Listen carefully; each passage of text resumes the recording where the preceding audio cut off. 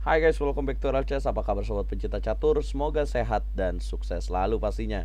Ya guys, kali ini saya ingin ajak teman-teman untuk menyaksikan permainan ketika juara dunia Magnus melawan penantangnya Yanepo bertemu pertama kali di kejuaraan Eropa kelompok umur di bawah 12 tahun, bermain di negara Spanyol tahun 2002.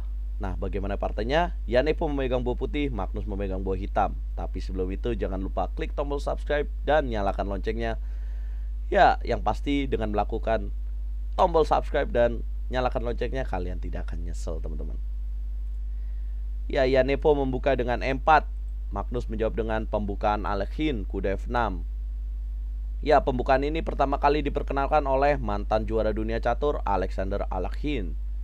Yanepo melanjutkan dengan langkah E5 mengancam kuda dan kuda D5. Kemudian kuda F3 Yanepo, Magnus menjawab dengan D6. Dengan tujuan mengaktifkan gajah ke petak G4, mempining langsung. Kemudian putih menjalankan D4, hitam menjawab D kali E5.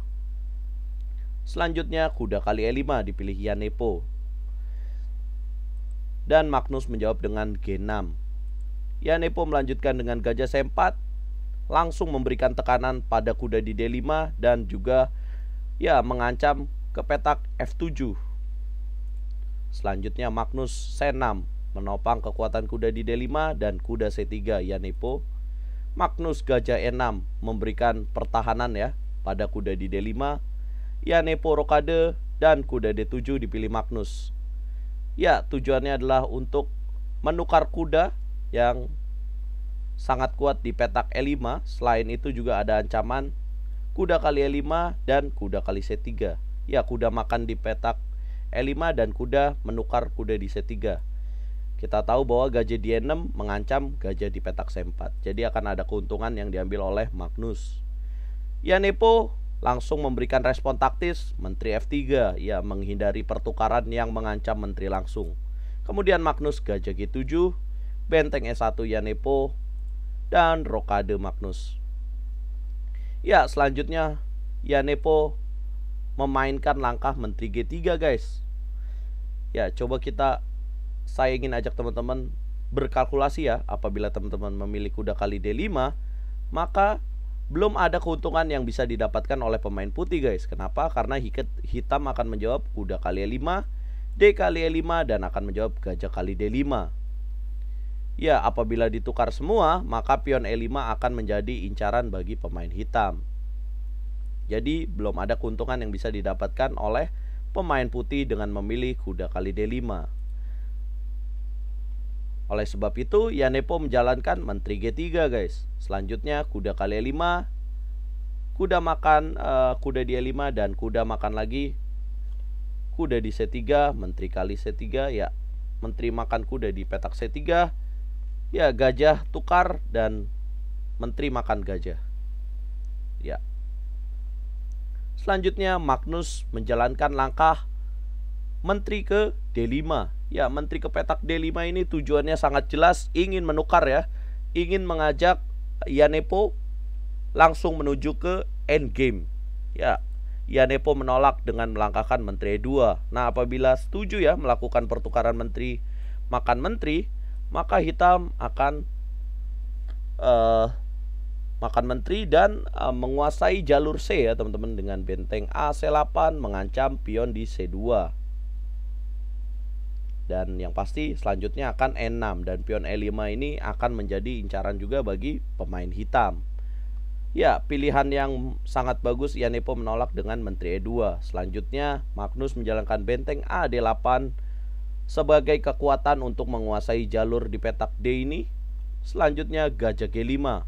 Yanepo mengancam petak E7 dan dijawab menteri E6. Ya, sudah langkah ke-16. Jika kita melihat evaluation bar teman-teman, ini unggul tipis untuk Magnus Carlsen. Kenapa? Karena posisi lemah pion di E5 ini ya teman-teman. Selanjutnya Yanepo menteri E3. Ya, pelan tapi mengancam pion di A7 teman-teman.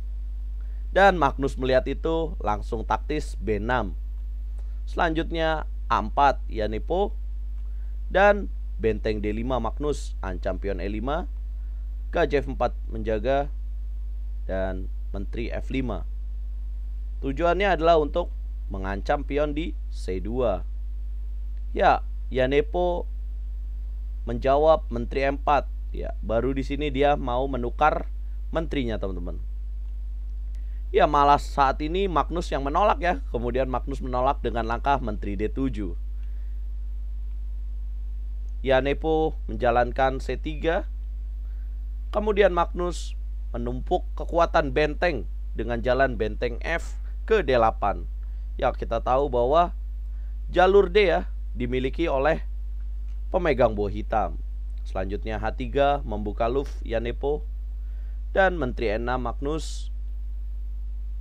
Yanepo menteri E2 dan benteng D3 Magnus. Ya, jalan benteng D3 sehingga melepaskan Yanepo ya untuk melangkahkan langkah agresif A5. Ya, coba mendobrak dari pion A5. Selanjutnya Magnus menolak dengan langkah B5 guys, dan A6 Yanepo. Langkah posisional dengan tujuan ya membuat lemah pion di A7 ya. Dan Magnus menjawab dengan langkah C5. Ya, mencegah putih untuk gajah E3. Selanjutnya menteri M4 dijalankan oleh Yanepo dan Magnus menteri D5. Ya, baru di sini terjadi pertukaran menteri kali D5, menteri makan D5 dan benteng makan menteri. Selanjutnya Yanepo menjalankan benteng A5 ya, mengancam pion di petak B5. Magnus menjalan C4 dan raja F1 Yanepo meniaci. Langkah posisional untuk merespon apabila hitam melakukan langkah benteng D1. Ya, E6 dijalankan oleh Magnus dengan tujuan melemahkan pion di E5 ya. Kemudian gajah E3 dijalankan oleh Yanepo. Ya, memberikan pion gratis di petak E5 tapi coba ditukar dengan pion bebas di petak A7. Ya, pion A-nya ini akan bebas, teman-teman. Ya, jelas Magnus tidak mau dengan langkah benteng 8 D7 menjaga pion A7. Selanjutnya Yanepo gajah D4 ya, posisional yang sangat bagus sekali ya teman-teman. Manuver gajah dari F4 ke E3 kemudian gajah ke D4. Ya, menutup kekuatan dua benteng di jalur D. Ya, Magnus gajah F8 tujuannya adalah untuk dorong pion B4 ya, atau mengadu gajah C5. Kemudian benteng B1 Yanepo, Magnus gajah E7 dan Yanepo membongkar dengan B3. Nah, benteng B1 ini langkah yang sangat bagus ya. Tujuannya jelas untuk mengambil keuntungan di pion B5 ini dan membuka jalur B. Ya, B3 dan gajah D8 Magnus ancam benteng. Benteng A2 Yanepo, benteng kali D4 dilakukan oleh Magnus Carlsen. Ya, benteng kali D4 merupakan langkah yang salah ya teman-teman, menurut evaluasi. Kenapa? Karena akhirnya hitam jadi kalah kualitas dan terlalu cepat ya, mengorbankan benteng untuk ditukar dengan gajah. Karena C kali D4 ya, pion C makan benteng, kemudian dorong C3 dan langkah bagus dari Yanepo meniaci yang membuat Magnus menyesali langkah benteng tukar gajah ya. Karena apabila putih melakukan langkah benteng C2, maka hitam akan memiliki posisi yang bagus dengan dorong pion B4. Nah, Yanepo meniaci sangat cerdik dengan mendorong pion B4 dulu. Kenapa? Karena pion C3 ini jadi sendirian teman-teman, jadi kesepion dia.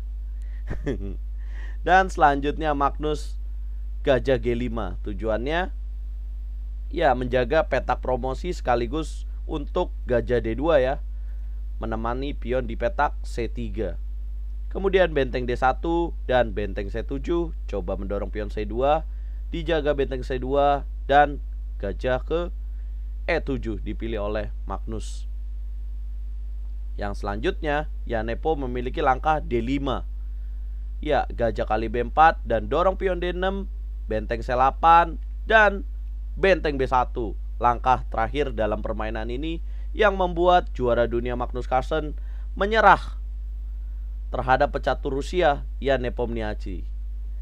Ya, kalau kita lihat ya dari permainan ini, sebenarnya keduanya sangat seimbang, sangat solid sampai langkah benteng kali D4 dipilih oleh Magnus Carlsen. Merupakan kesalahan ya yang cukup besar oleh juara dunia Magnus Carlsen.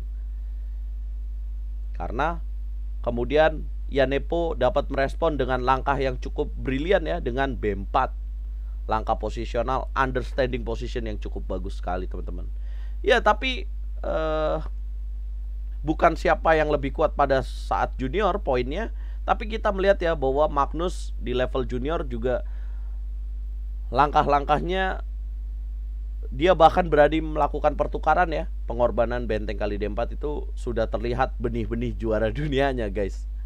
Dan ini merupakan pertemuan pertama kali mereka di Piala Eropa ini. Dan ya, Jan Nepo memenangkan pertandingan pertamanya bertemu dengan Magnus Carlsen. Ya guys, nantikan lagi partai berikutnya ya. Mungkin ada partai pertemuan kedua kalinya dari Jan Nepo berhadapan Magnus Carlsen. Yang pasti kalau kalian suka dengan video ini, jangan lupa like, share, subscribe, dan komen. Dan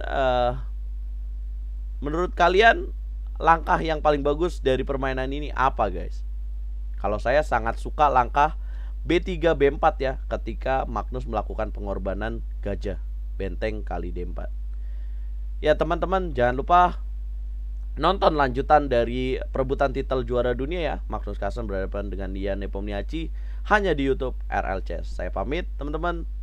Mohon maaf apabila ada kekurangan dan kesalahan. Yang pasti support dari teman-teman membuat saya terus semangat berproses. Catur Yes, Indonesia Jaya.